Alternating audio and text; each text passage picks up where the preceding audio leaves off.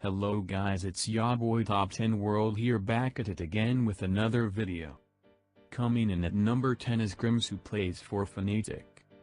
No one could have predicted the breakout performances Crims had in late 2014. He was a role player on the successful LGB team, and had been without a team before Fnatic picked him up last summer. That Crims went on to have some of the best individual performances on the team is truly remarkable.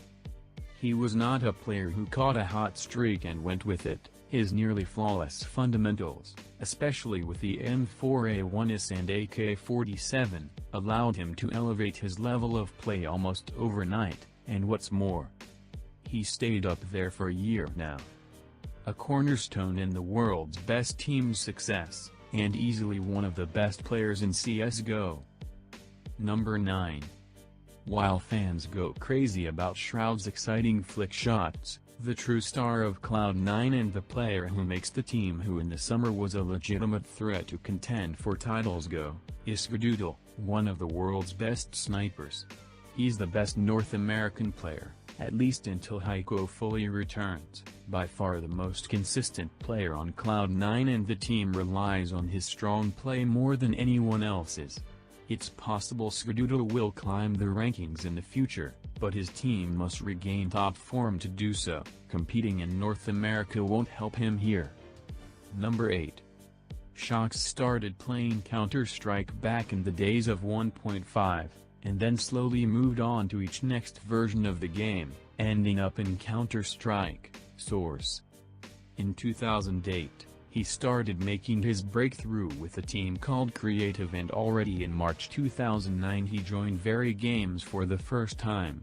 Already then he was an established top player, by many accounts even the best in the world, but the team itself ran into some problems and would be released from the organization near the end of the year.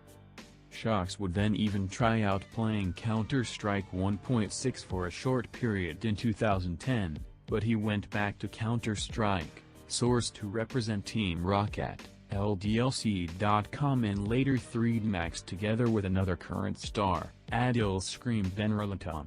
After only a few months in that 3dmax team, Shox left to join Very Games once again, where he would sit on top of the world for about 6 months. And then, despite being one of the best players in the world and winning ESWC with the team, he was removed due to internal problems at the end of November 2011 too. He would go back to team up with Scream and DT Dragons at the beginning of 2012-3, and they would together switch to Counter-Strike Global Offensive when the new game came out. Number 7. It's safe to say that Device has finally arrived. The Dane was championed as the next generation's F-Zero Rest or Get_GHT by Thrin a long time ago, and it seemed only his nerves were holding him back from becoming an absolute force in the Counter-Strike world. Well, now he is one. Device has been the best player on TSM, while the squad has racked up multiple international wins and even more top 3 finishes. Much like peak F-Zero Rest, he can both AWP and rifle at an elite level. No longer is he the player who goes Mia in big games and needs to be pulled across the finish line. The best player in the world's second best team, Device deserves the 7th spot in this ranking, and could easily edge his way to the top in the future. Number 6. In late 2014 and early 2015, Kenaz was arguably the number 1 player in the world as the game's most dominant AWPer. Despite playing on a team barely in the top 8, he constantly put up performances that allowed Titan to compete with all of the world's best teams, and even score some strong tournament finishes. Since the AWP update he hasn't been as dominant, and it is possible the limited, in comparison, role he has on Envy will never allow him to regain the top spot. Even through these changes, Kenny remains one of the world's best. Number 5. The lone Slovakian player, but the 4th main AWPer, on this list has been among the world's best since 2012, but aside from the brief period when his Virtus.pro team took down NiP, He did not enjoy the kind of success or fanfare that he likely deserved until Na'Vi broke through as a top-tier squad in May 2014. Since then he has probably been the biggest carry in a top 5 team. Simply put, Na'Vi often lived and died with Guardian's performances. Lately he has gotten more help with the addition of Flamey, but make no mistake, Guardian has been the most important player, on a team that was recently ranked second best in the world, for a long time. Number 4. Gabriel Fallen Toledo is a Brazilian CSGO player, formerly a Counter-Strike 1.6 player. He is currently HEAW Pro for SK Gaming.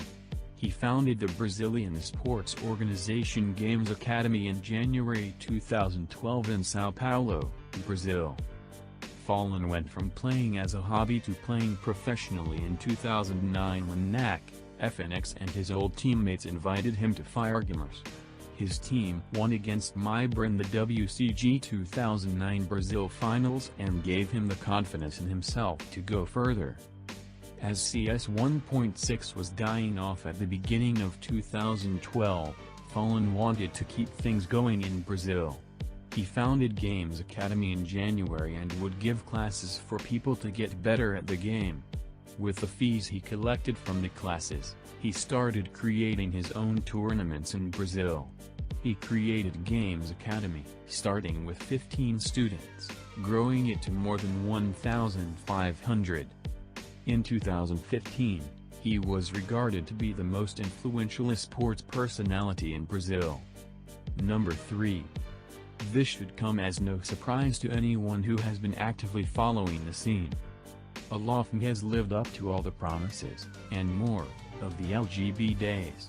Often he has been the difference between a top 3 finish and another championship, and there is no player as scary in CSGO currently as Aloft having a good game, and other teams can surely testify to that. He is probably the game's most versatile player, able to play both passively and aggressively on both halves, and handle every weapon, both rifles and snipers, at an elite level. Enjoy it while it lasts, because we do not get to enjoy players like this too often. Number 2. Easily one of the most explosive players in the world, S1mple, the third AW Pro so far on this list, has been outside of the spotlight since he left Flipsid 3, seemingly out of the blue, after the team was knocked out of the SWC. Some of the stat lines S1mple put together while playing in a tactical, but not very skilled F3 team are absurd. Once his ESL ban is up and he matures a little, he will become the number 1 player in the XSIS region, and you can expect him settle much higher in this ranking once he reaches his peak. He's still only 17. And number 1. coldzera, currently the best player in the world, carrying 2 major titles, and his skill with both AWP and rifles are stunning. They call him the Terminator as you don't want to face him because you are going to lose.